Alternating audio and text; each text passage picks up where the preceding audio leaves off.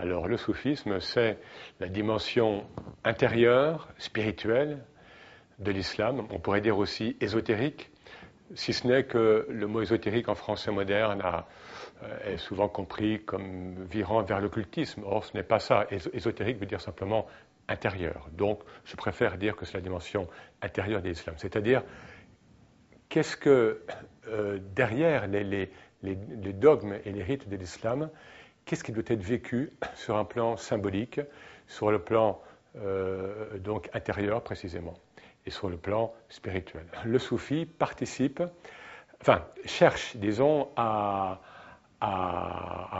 faire tomber les voiles de notre monde phénoménal opaque qui le sépare, donc monde illusoire en fait aussi, et qui le sépare du monde spirituel lumineux, pour ne pas dire du monde divin, mais au moins du monde spirituel qui est lumière.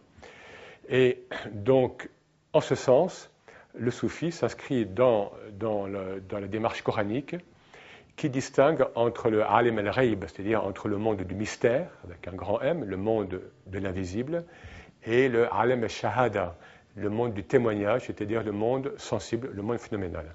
Donc, bien sûr, le soufi, comme tout être humain, part du monde sensible, mais il cherche, encore une fois, à percer l'opacité en fait, avant tout de notre psyché humaine qui nourrit ses propres illusions, ses propres fantasmes, ses propres projections, et puis le monde environnant également.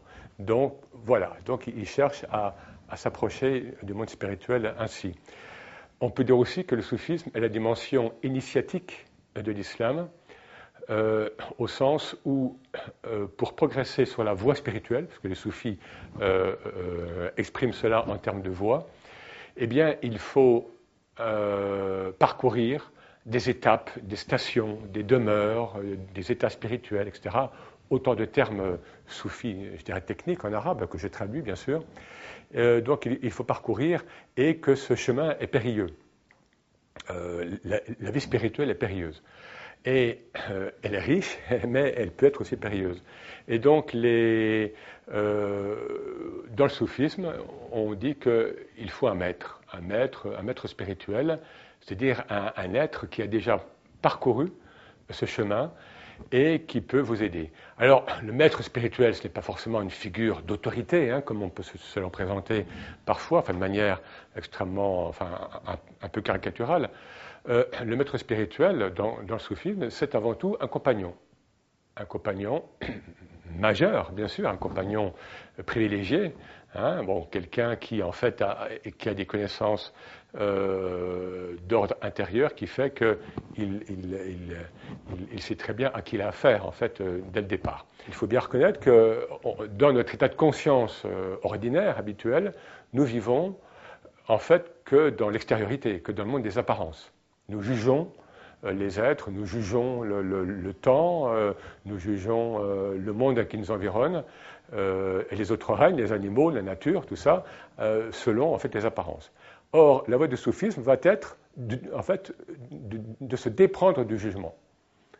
Donc, c'est-à-dire de s'en remettre à une expérience intérieure qui va en fait ouvrir un état de conscience, on parle d'expansion de conscience, et qui crée en fait la place pour un espace intérieur.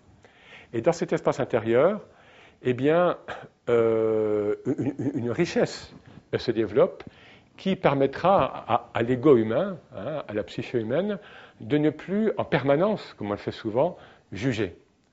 Et juger en plus de manière binaire. Ça c'est bien, ça c'est mal, ça c'est ainsi, etc. C'est-à-dire relativiser notre rapport au monde parce que ce monde est pluriel, mais qu'au-delà de ce pluralisme, il y a un principe d'unicité qui est en fait le principe islamique de base, l'unicité divine.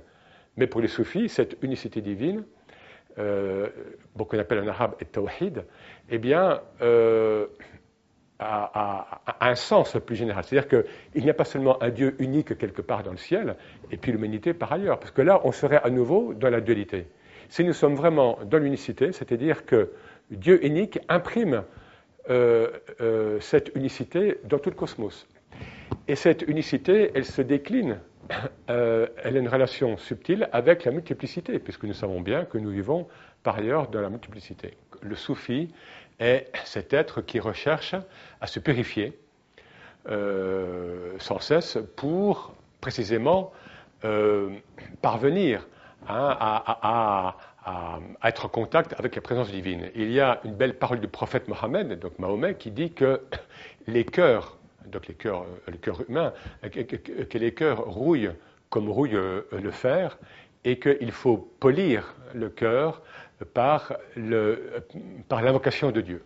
Donc ce que les soufis appellent zikr, qui est un terme clé, c'est-à-dire souvenir, invocation. Se souvenir de Dieu en l'invoquant par ses noms, par des prières, etc. Le soufisme fonctionne sur le symbole du monde. C'est-à-dire le monde, Dieu se révèle constamment, à chaque instant, et ça c'est le Coran qui le dit, Dieu se révèle à chaque instant dans le monde, et c'est aux êtres doués d'intelligence, l'être humain donc doué d'intelligence, intelligence pas seulement mentale, mais intelligence du cœur, intelligence spirituelle, de décrypter ces signes.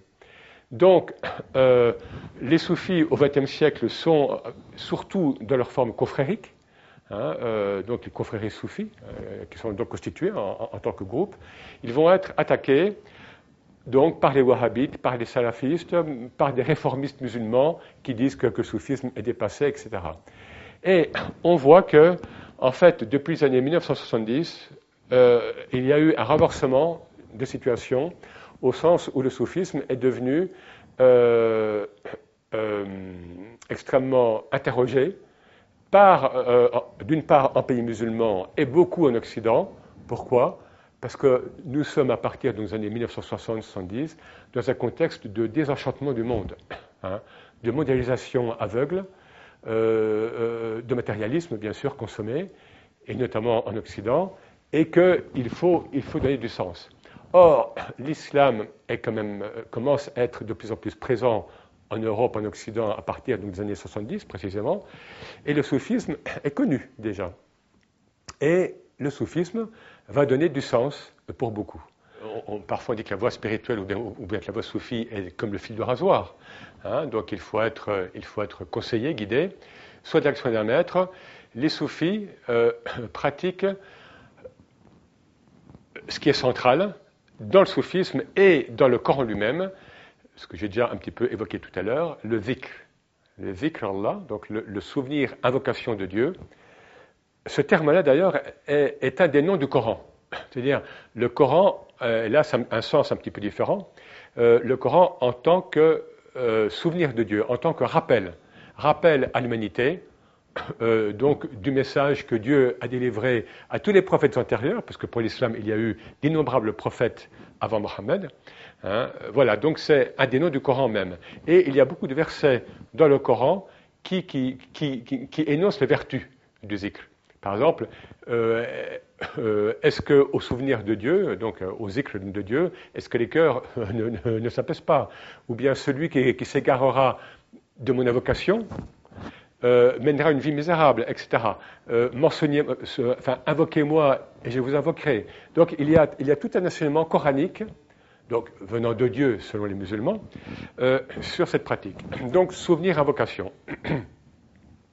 C'est simplement, c'est se souvenir justement que l'humanité, avant d'être créée sur Terre, avant d'être incarnée sur Terre, vivait dans le monde spirituel, avec Dieu, dans le monde divin, et qu'il y a eu un pacte, de même que le judéo-christianisme parle d'alliance, eh bien l'islam parle d'un pacte. Il y a un verset du pacte en 172, donc dans le Coran, qui évoque ce pacte. Pacte selon lequel l'humanité reconnaît Dieu comme Seigneur, et que l'âme humaine, une fois incarnée sur Terre, devra se souvenir en fait de ce pacte. Eh bien, les soufis s'emploient dans leur vie, donc ici-bas, ici et maintenant, à vivifier donc ce souvenir. Donc c'est vraiment quelque chose qui est en fait fondamental. Alors concrètement, comment ça se pratique ? Eh bien, cela consiste surtout en l'invocation de noms divins, puisque en islam, il y a 99 noms canoniques de Dieu, donc des noms de Dieu, qui sont autant d'attributs de Dieu, le 100e étant ineffable, étant mystérieux. À vrai dire, les soufis disent qu'il y a autant de noms de Dieu qu'il y a de manifestations de Dieu dans le monde, c'est-à-dire que les noms divins seraient infinis. Bon, en tous les cas, les soufis invoquent Dieu par tel ou tel donc de ces noms. Et c'est précisément un des rôles du maître spirituel que de donner à telle personne tel nom à invoquer, à une autre personne un autre nom, parce que selon le soufisme, ce sont les noms divins qui régissent le monde, qui agissent sur le monde physique, phénoménal. Le soufisme, délibérément, s'il a pour assise à la fois la raison humaine, mais il va aller dans le suprarationnel, s'il a pour assise la loi, le cadre légal donné donc par l'islam, c'est-à-dire la morale universelle, tu ne tueras point, etc., il a pour assise également la voie spirituelle. Eh bien, de même, le soufisme a pour assise la religion islamique, encore une fois, dans son cadre général, mais il la spiritualise, c'est-à-dire qu'il lui donne un dynamisme dans sa compréhension sans lequel je crois que l'islam en tant que forme religieuse ne pourrait pas survivre. Hein, donc, c'est le soufisme qui éclaire de l'intérieur le sens et le symbole des rites.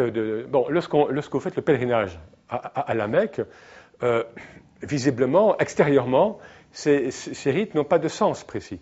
Ce n'est que, et ça les savants musulmans, ils le disent bien, ce n'est que lorsqu'on arrive à une explication, enfin à une compréhension d'abord symbolique et voire ésotérique, que le pèlerinage, alors oui, d'accord, ok, il a un sens. La prière, hein, donc pourquoi je suis debout à un moment, pourquoi je suis donc en prosternation, pourquoi je suis comme ci, comme ça, pourquoi? Tout cela a un sens. Donc le soufisme éclaire de l'intérieur en fait le corps de l'islam. Donc, mais encore une fois, si comme certains, comme les wahhabites ou bien d'autres musulmans très très littéralistes, si on veut supprimer cette dimension spirituelle, eh bien là je crois que l'islam, comme pour d'autres religions, l'islam non seulement peut en fait arriver en fait à mourir et à être mortifère, alors que le soufisme a toujours été un vecteur de paix, d'amour, a toujours été, enfin les soufis ont toujours été donc des passeurs entre les cultures et les religions, parce qu'ils vont à l'essentiel qui est donc le message intérieur de l'islam. Pour eux, l'islam est venu avec un message spirituel. Tout le reste en découle. La loi sacrée, donc la charia, d'ailleurs le mot charia ne veut pas dire loi, ça veut dire la voie. C'est la voie donnée donc aux hommes pour ne pas trop dévier. Donc c'est la morale universelle. Vous voyez, donc je crois que nous allons dans une période où la spiritualité va l'emporter sur les religions, et que si les religions elles-mêmes n'accueillent pas suffisamment cette dimension spirituelle, donc de manière vraiment désintéressée et plénière, et je crois que ces religions peuvent être en danger.